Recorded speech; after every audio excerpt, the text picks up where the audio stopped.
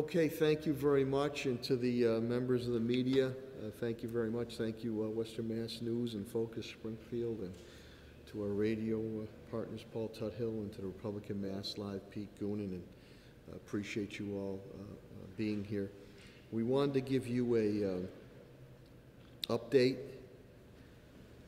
pertaining to our continued attack on COVID-19, and really there's going to be a school emphasis, reassurance with our kids going back to school, and Superintendent Dan Warwick will be up here speaking, as will Nurse Jeannie Clancy from the school department, and Patrick Sullivan, the directors of facilities and parks, and of course Helen Carlton Harris. And by the way, congratulations again to Helen Carlton Harris on winning the prestigious Pynchon Award.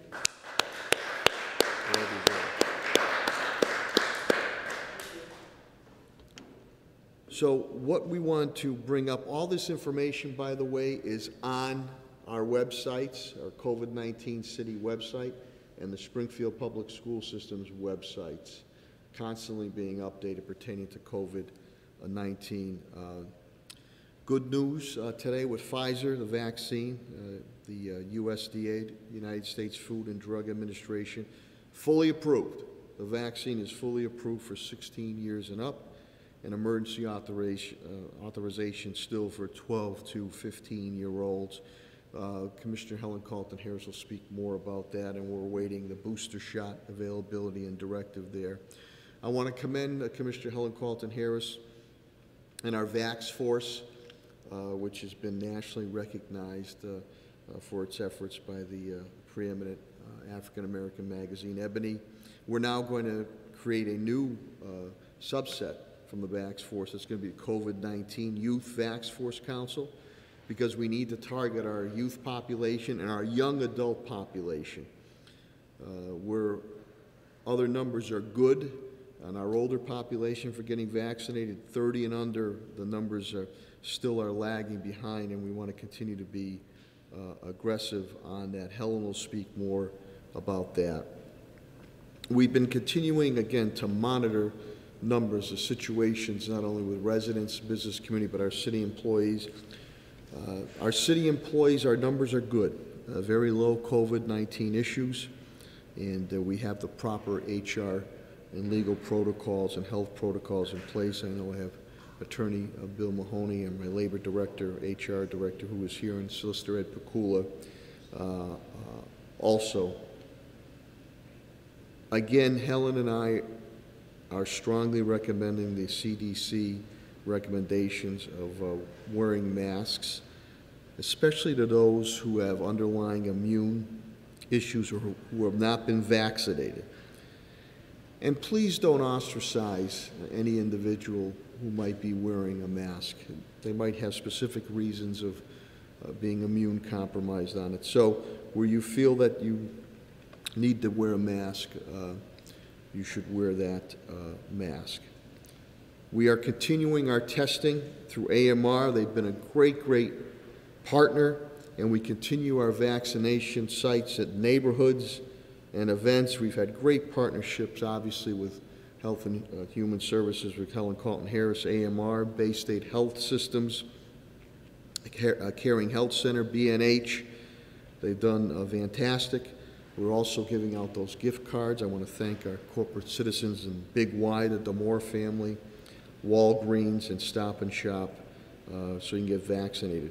Trust the facts and get the vax. It's just plain and simple. You need to starve this COVID-19, this new variant, Delta. If you don't give the variant or COVID-19 a host to go to, you can't spread the virus. We're going to continue with our PSAs, and we're also going to continue with social media, with the social media influencers. Again, the majority of people getting COVID-19, the virus, are unvaccinated, plain and simple. And a strong number are younger, 30 years and younger. When this started, Helen will tell you, the average age was 60, 65 years old getting it. Now it's 30 years old. So That's why we keep stressing getting the vaccine. Schools, this is just it's reassurance. And again, Superintendent Warwick and Nurse Jeannie Clancy are going to speak. You know, we returned back to school, and we had very, very minuscule, limited issues whatsoever. We just finished summer school, same thing. So we went above and beyond when it comes to being out of the box first, and we're mandating the mask as an extra layer of protection for our students, teachers, and administration. Schools have been completely retrofitted. Millions and millions of dollars have been spent. Director Sullivan, Patrick Sullivan, will speak on that. We've gone above and beyond the ASHRAE standards. That's with having proper airflow and ventilation, the eye waves, the MERV filters, the mobile carrier air systems, the OptiClean. All the schools have been retrofitted. We brought in an industrial hygienist, Bob Kirshner, with O'Reilly, Talbot, and Oaken, to do specialty on reviews on the buildings. We are fully stocked. We stockpiled PPEs, cleaning, disinfectant supplies, and materials. We continue to do that. Superintendent Warwick will speak to you more about, and Nurse Clancy, about how school will operate on the separation and trying to stay 3 feet apart. Nurse Clancy, also, we continue our testing pools. Testing pools continue to go on. We have continued our outreach to parents and guardians on getting approval for vaccinating our students. I want to thank Helen Carlton-Harris. I want to thank Jeannie Clancy. I want to thank Assistant Superintendent Lydia Martinez and Athletic Director Dwayne Early.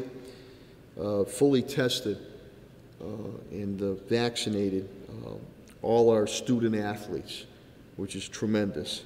Superintendent will also give you an update on what's going to go on with meals now, off-site closings, and what they're going to do in-house aspects. Helen and I just met with the President and Chief Executive Officer of Bay State Health System, Dr. Mark Kerouac. We continue to coordinate with our hospitals to make sure we can handle any type of situation that comes about. Again, as far as the city employees, residents, and business community, Helen and I are going to continue to monitor the numbers, and as we have done throughout this ordeal of the last year and a half, we will base our decisions on public health, medicine, and the sciences, in balancing that and trying to keep our economy going. So with that, I'm going to turn it over to Commissioner Helen Carlton-Harris for her update, and then we will go to Patrick Sullivan on what is being done with the buildings, and we will close with a really important topic on reassuring our parents and guardians, our students, our staff about getting back to school. We're going to have our kids back to school and fully, and we also, Superintendent will speak that we've also be offering a virtual type school too, first of its kind on that. So without further ado, the Health and Human Services Commissioner of the City of Springfield, Helen Carlton-Harris.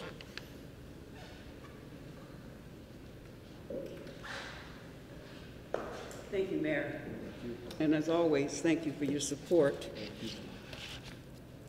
On Friday, August 13th, the Centers for Disease Control and Prevention recommended a third dose of Moderna or Pfizer vaccine for certain individuals. People who are moderately or severely immune compromised are more likely to have serious disease with the COVID-19 and are less likely to develop adequate immunity. And so the recent data suggests that individuals may get protection from a third dose.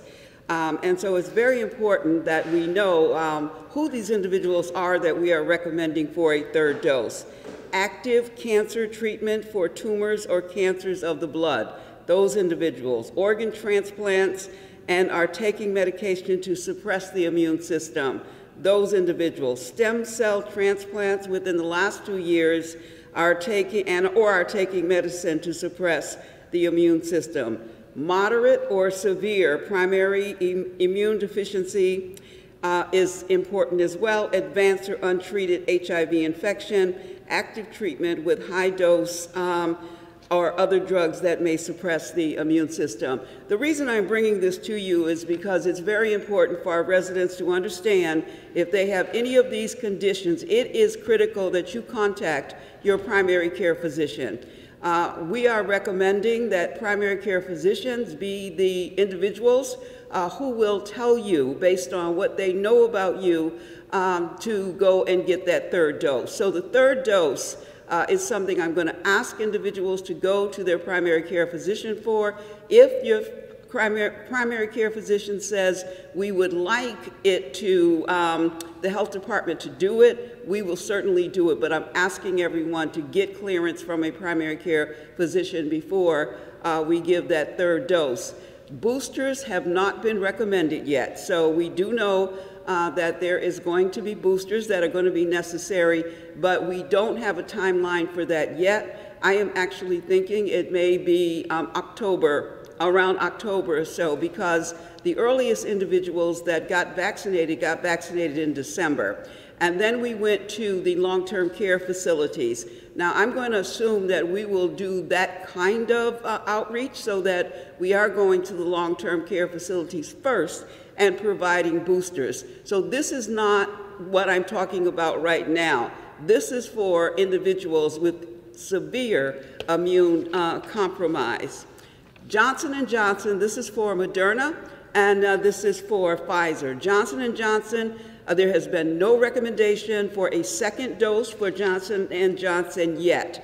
I'm assuming that at some point they will come out with that. A memo went to all healthcare providers, and it did outline some steps for the healthcare providers when they're doing the assessment as far as who is going to need the booster is concerned. So please, if any one of those immune compromised that I just mentioned, if that you see yourself in that, please contact your primary care physician. And again, we have no problem giving the immunization. We just want to make sure that the primary care physician has been contacted. In the Commonwealth of Massachusetts, we've had 4,438,499 individuals vaccinated. This report is from August the 19th.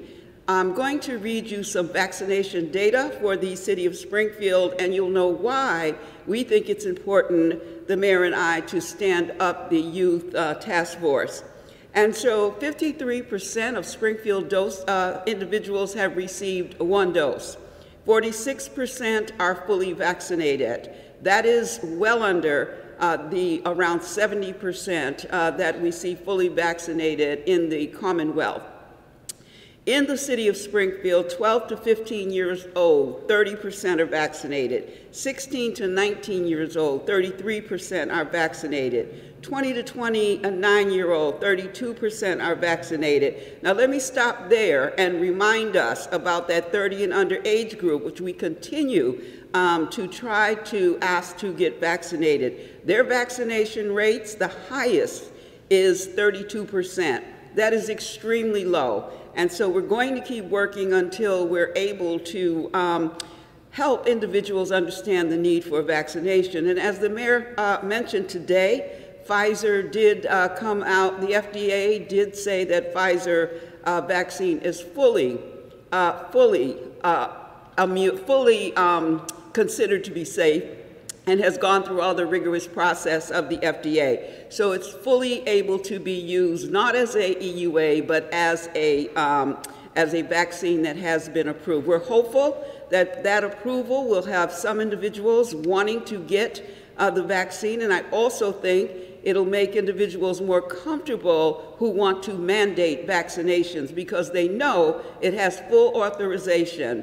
So that might change some individuals' mind, and I'm really hopeful that'll change some individuals' mind in wanting to get vaccinated. The 30 to 49-year-olds, 54% are vaccinated in the city of Springfield. 50 to 64-year-olds, 76% are vaccinated. The 65 to 74-year-olds, 82% are vaccinated. And 75 and over, 77% are fully vaccinated. And so in the Black community, individuals, 41% of individuals in our Black community have had at least one dose. In the Hispanic community, that is 35%, one dose. White community, 63%, one dose. Fully vaccinated, Black community, 35%, Hispanic community, 29%, white community, 57%. And so our ability, we have identified 3 individuals that will meet with the mayor next week for the youth task force. Those 3 individuals will provide the leadership. We should be able to give you those names, hopefully, by the end of this week. But we're excited that these young people want to step up and try to work with their peers to get them vaccinated. Symptoms of the Delta variant. I think one of the things that has changed is that the sneezing and runny nose is associated with the Delta variant. If you remember the Alpha variant, or the first one, it was coughs. It was more a cough. And the, what they're seeing is not the same level of coughing that we saw with the Alpha variant, but some symptoms remain the same: runny nose, headache, sneezing, sore throat, loss of smell, and fever. Contact tracing. So because our numbers have gone up, the staff at the Department of Health and Human Services is beginning to ramp up contact tracing again. We have received money from the Commonwealth for 2 years to hire contact tracers that we will have working with us, and we will gear that up soon. That money, or that grant, just came to us a couple of days ago. As the mayor said, unvaccinated individuals are the primary persons that we're seeing in hospitals, and also individuals that I talked about with that immune compromised system. Many of those individuals are in hospitals as well, but we're not seeing individuals who are fully vaccinated getting severe illness and dying. And I think that's what the vaccine was meant to do. It was to keep us safe and to make sure that we didn't have adverse symptoms and did not succumb to COVID-19. I'm going to go briefly through our charts just so you can see. This is just this week. They will be up on the city's website. But I'll start with the days of the week, and as you can see, Sunday 46, Monday 58, Tuesday 26, 93 on Wednesday, 86 on Thursday, 87 on Friday, and 81 on Saturday. The confirmed cases for the week, if you recall, the lowest one was 17 that we had 2 weeks ago. Then we went to 37, and now 64 is the lowest one that you're seeing on this chart. And then the week of July 18th, 119, July 25th, 122. The week of August 1st, 279. The week of August 8th, 374. And this week, 477, which is 103 cases more than we had last week. If you look at the confirmed cases by month, and you can see that in June we had only 153 cases. If you put that in context, that was low. And we then went up to 344 in July, and now, right now, we're at 1,130, which obviously we can see that the numbers for us are going up. If we look at the donut chart with the ages, you still see that that 30 and under group is the group, 54% of the cases, and then when you add the 50 and under group, that is 85% of our cases last week, and that's consistent. The week before, it was 86. The week before that, it was 88. So it's stubbornly stuck as far as, you know, that younger, our younger population is concerned. The zip codes really are, you know, consistent with what we have been seeing. 01109, 114, 01108, 73, 01104, 73. And if you've been following these charts throughout the pandemic, what you know is that those zip codes have continued to be challenging. I want to find the chart that looks at the ages. Maybe I'll just walk over here because I think this is really what is disturbing on some levels. 0 to 10, 81 cases. I've not seen 81 cases in 0 to 10 as long as we have been putting these charts out. That's a lot for a 0 to 10-year-old. And what we know about that population is that they can't be immunized. There is no vaccine for that 0 to 10-year-old age group. But we are seeing the infection in that age group increase. 11 to 20-year-olds, 69. Some of them are eligible to be vaccinated, and we hope to be working with them. And then that 21 to 30, 109, and then 31 to 40, 98. The other trend, I think, is that we have not been seeing older individuals. The 61 to 70, 21 cases. The 71 to 80, 15. The 81 to 94. 91 to 100, 2, and then other 2. And so these individuals in this age group are the ones that may likely end up in the hospital because of the age. And I do not know whether they're vaccinated or unvaccinated at this point. But I think when this is just really a snapshot of what I've seen, the mayor and I have been looking at for the last month or two, that younger age group just stubbornly showing up in our numbers. And again, I think by having the Youth Vax Force stand up, we're hopeful that we will start a campaign to try and reach our youth. So what's important is COVID-19 is here. It is not at the place where it was some months ago, but it is increasing, and I just want individuals to understand. My staff is going to be calling you for contact tracing. Please make sure that you're giving them all the information that they need in order to keep you and your family safe. Watch your distance, still important, because even though we say to people, when you're outdoors, if you're not vaccinated, wear a face covering. It is on the honor system. We are asking people to be honest with us and let us know about their vaccination status. It's just, we really feel strongly that even when you're outdoors, please make sure that you are taking care of yourself. This virus, and I say it is not a sprint, it's a marathon. I think all of us just have to work together in order to hopefully continue to mitigate this. So make sure that when you are with your family, when you're indoors, when you're around people that you don't know, this virus spreads, I'm told, 1,000 times more than the original one. And so than the alpha one, which is the first one. And so it's important that we do watch out for each other and take care of ourselves.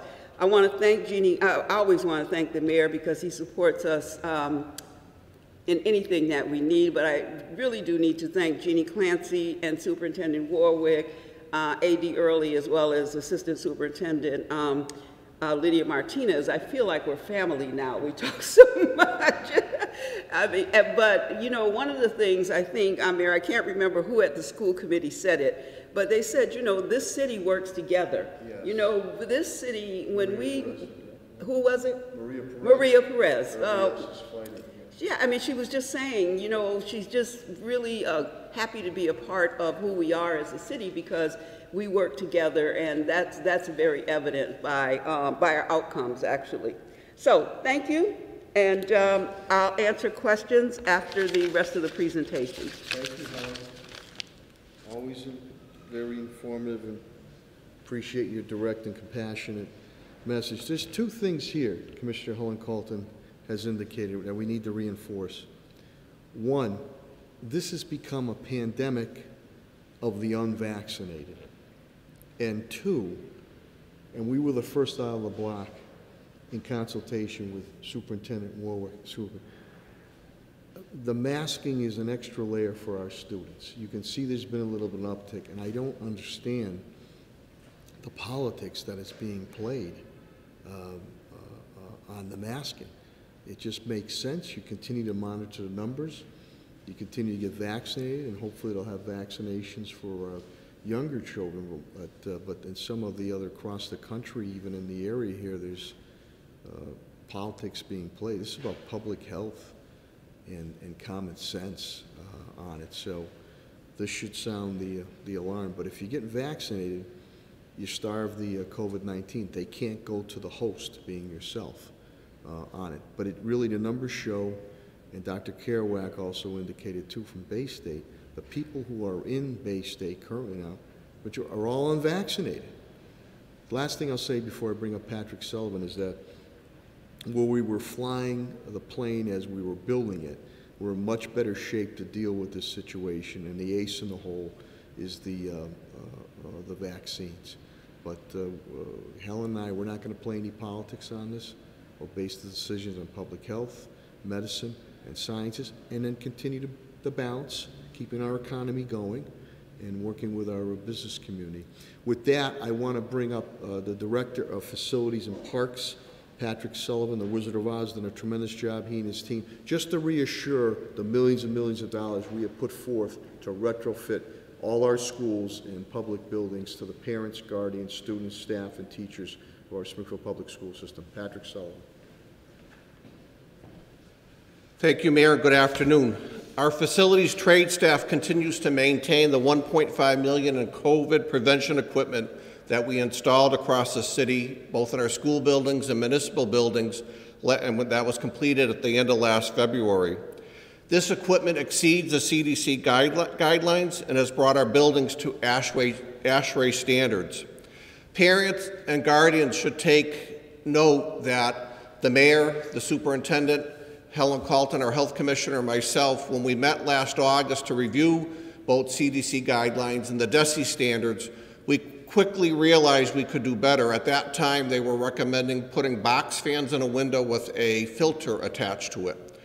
We contracted with Bob Kirchner, an industrial hygienist, and we quickly came up with a very good plan for our citizens, which in classrooms which are older, have these carrier OptiClean units in them, and they clean the air up to 20 micron. And then we also, in our newer buildings, and City Hall is one of the buildings, even though it's an older building, it has a newer HVAC systems, we have the iWave. And what the iWave does is it electronically charges the particles in the air as it passes through the air system, and it takes that hydrogen molecule out of any virus or bacteria, and that attracts it to the filter. So we have a very high standard in the city of Springfield in fighting this virus. We've also have gotten grants through the MSBA. We're completing upgrades to the heating systems at Sumner Avenue Elementary School, Indian Orchard, and Harris Elementary Schools. So again, parents and guardians should take note that we timely maintain and replace equipment when needed. And then also, our facilities division is completing over $5 million in upgrades to our school buildings across the city, and that's thanks to the mayor and the superintendent. These could be anywhere from painting projects to replacing floors to energy upgrades. This is all we feel is another part. When you're putting a new floor system, you're painting walls, there's surfaces that can be cleaned easier, and I think that's all part of fighting this virus. And then last, due to the grants and the cooperation with the MSBA, we're opening a new Brightwood Lincoln School this week, and we've broken ground on the new DeBerry Homer. So again, we're constantly replacing facilities, but we just want everyone to be assured we have attacked this in such a way where we had a family member in each of our buildings, so people should know that we've protected your loved ones and should feel very comfortable coming to work every day and working and learning in this environment. Thank you. Thank you, Director Sullivan, you and your team for all your great work. Now really the important aspect of this COVID-19 situational update. We're going to bring up Superintendent Dan Warwick and his team and Nurse Jeannie Clancy. They've done a tremendous job really to give you the ins and outs of what specifically is going to happen with the school. So Superintendent Warwick and Nurse Clancy, if you'd like to come up too. Thank you, Mayor. Good afternoon, everyone. After all you've heard so far today, you can see why I'm thrilled that I'm superintendent of schools here in Springfield. The way this city has responded to this crisis has been incredible, and that's thanks to the leadership of our mayor. It's one city, and our kids were the #1 priority, not politics. And everything has been done since the beginning of the pandemic has been about ensuring a safe environment for our kids and our staff. Our kids are coming back in next week. Our staff is all back this week because we do a week's training before schools open, and I'm thrilled to report that we've done everything humanly possible to make sure that our kids are returning to a safe and healthy environment, our staff. Last year when we talked with Pat Sullivan about how to make sure the buildings would open safely, he came in with an industrial hygienist, and our whole piece was, let's exceed the standards, let's make sure we do the right thing. And the mayor stepped forward and funded all of that, over $1 million to make sure all of our, this is an airborne virus, we wanted to make sure our HVAC systems exceeded all standards, and they do. Since that, every decision's been made again around safety. When Helen spoke to us this summer about a mask mandate, I was absolutely ecstatic that we beat the state out of the box with a mask mandate, because again, I think we conveyed public health is #1, not politics, and our kids are #1. So our kids and staff are going to be safe upon return. Again, the mayor helped us tremendously with all the PPE and cleaning supplies, everything so we could return everyone back into a safe and healthy environment. And because of that, last spring, when we brought our kids back in, minimal problems, really was executed very, very well. Our staff worked so hard to make sure that everything was delivered in a quality manner, in every way to meet our families' needs. And while we were closed, we provided 8.7 million meals to our families to try to deal with the food insecurity in the city. We're going to continue to do that. To our parents, I say that we're going to open those schools and make sure everything humanly possible is going to be done to make sure everyone's safe. We're going to maintain up to 3 feet distance. Out of an abundance of caution, we're going to serve our meals prepackaged and in the classrooms, our breakfast and lunch. So we're doing everything we can, again, out of an abundance of caution to make sure that we return our kids. But our kids need to be in school. They need to be in school. This has been a very, very challenging period for our families and our kids, but we know they need to be in school. And the only way we're going to keep them in school is to make sure we do everything humanly possible to continue to operate as a team here in the city of Springfield to ensure the safety of our kids and our staff, and that's #1. Again, thank the mayor for his tremendous support, our school committee, our health commissioner. Helen said it earlier. We talk daily, and she's with us the whole way, and I feel like she's part of our team. Another key member of our team is Jeannie Clancy. Jeannie has just done an absolutely incredible job, and again, working with Helen every day to make sure we had the pool testing set up, the Binex Now testing. We were doing all the contact tracing to make sure, again, that when we bring our kids back in, they're going to be safe. And Jeannie, I just wanted to thank you and open it up for your comments. Thank you so much. And again, thank you, Helen, for all the support you've given us.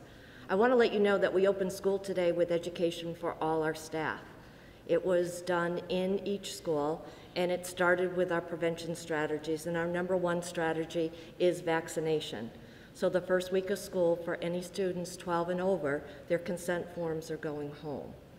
We also educated on the importance if you're sick, if you're COVID positive, or you're a close contact, that you need to report to your administrator and a nurse will reach out to you. We don't want sick children or staff in school without knowing they've had a COVID test. We also went over the correct use of masks, how to take a mask break.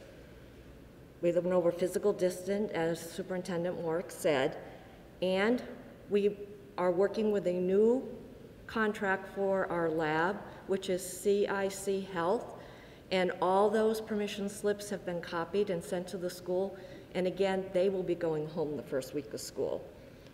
and a review of hand hygiene and contact tracing, which the nurses will be doing. And that's basically an overview of what nursing's been doing. Thank you.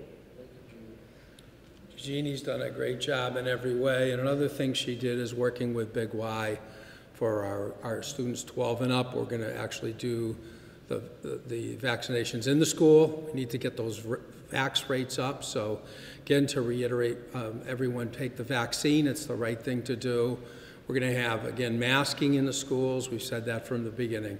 So everything possible, but this vaccination piece that Jeannie worked with Big Y, which has been a great corporate citizen here in Springfield, to get that going for our kids. Because as Helen said earlier, those vax rates amongst students at that age and younger people aren't what they need to be. And that's the number one thing we can do to ensure safety. So thank you, Jeannie, and thank you, Helen, and thank you, Mayor. Thank you, Superintendent Ward. Thank you, Jeannie. Thank you. I just also want to point out through Superintendent Warwick and the school committee, this has been a trying time for mental health situations, and the superintendent has put extra emphasis on that in our schools with counselors, mental health counselors, and other aspects to help students deal with this and their families. Last thing I'll say before we take questions, everybody would love to take some questions and clarify things, is that we're also doing wraparound services. I know with the shots, vaccine shots that we were doing, that our student athletes, even the families, if you need that shot, we're giving you that shot too. The more the merrier. So we'll take the whole family. But we wanted to come together. I still hear, and I know Helen does too, from a lot of people that they miss our pressers we did for a year and a half every Monday morning. And we hope we don't have to get to that point in time again, but we felt it was important to give you another situational COVID-19 update, specifically on where there's some red flags and on our schools. So with that, I'll open it up for any questions or comments for myself, or please, Commissioner Helen Carlton-Harris, Director Sullivan, Superintendent Warwick, or Nurse Clancy. Yes, Paul. For the superintendent. Sure, Superintendent Warwick. Yeah.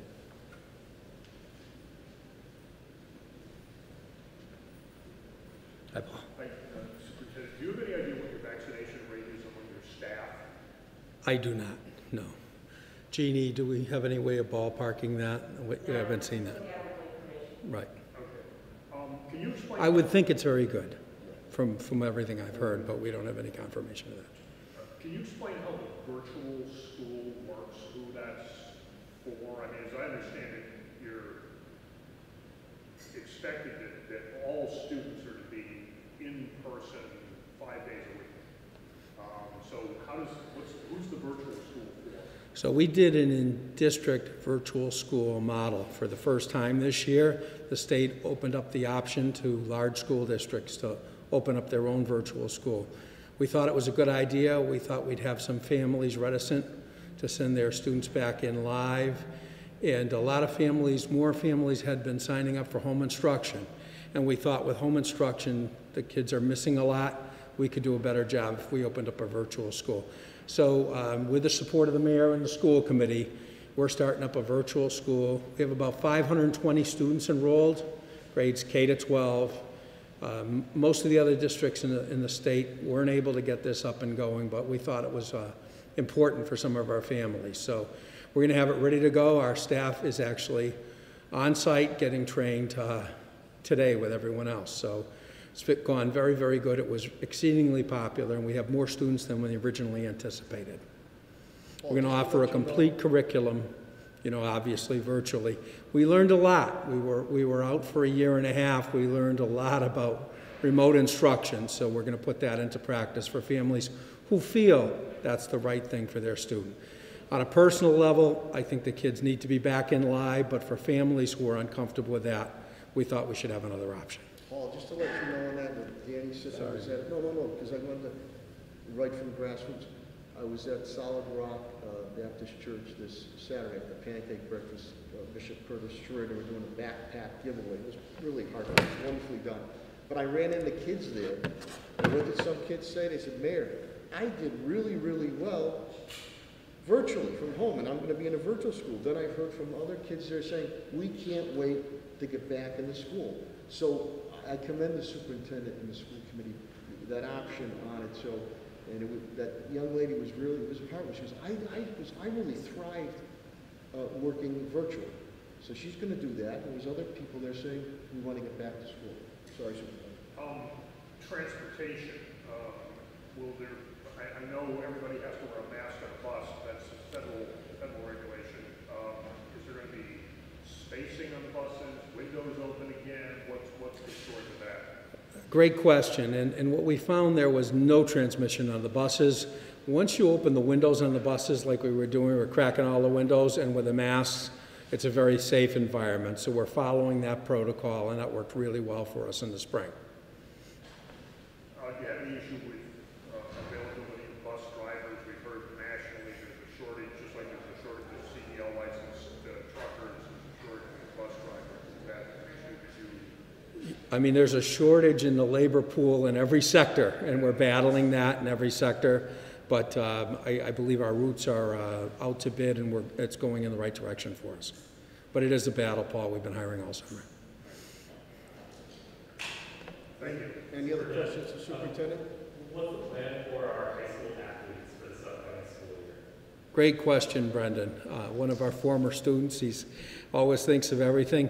With the support of our health commissioner, what we did with sports was we reinstated sports right away. Last year we were very successful.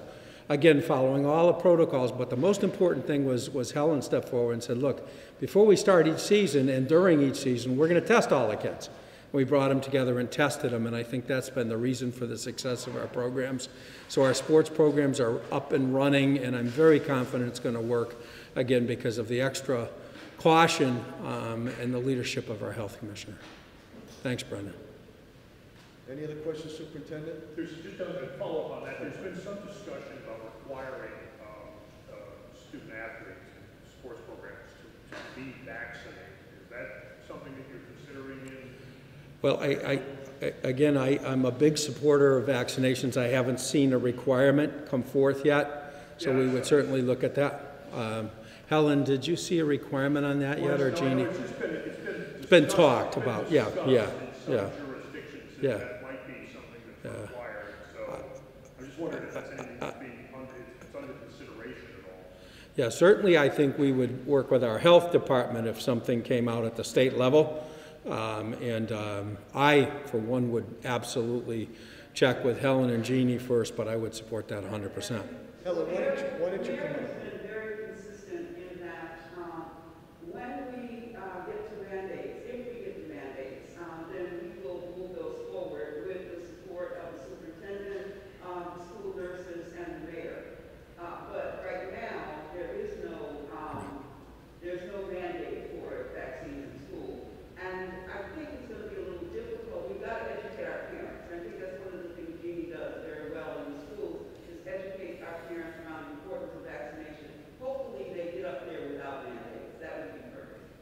There's been a lot of talk about it. There's been a lot of talk in the media. In fact, the two national presidents, AFT and NEA, both have endorsed vaccination. So it's something that could come down the road.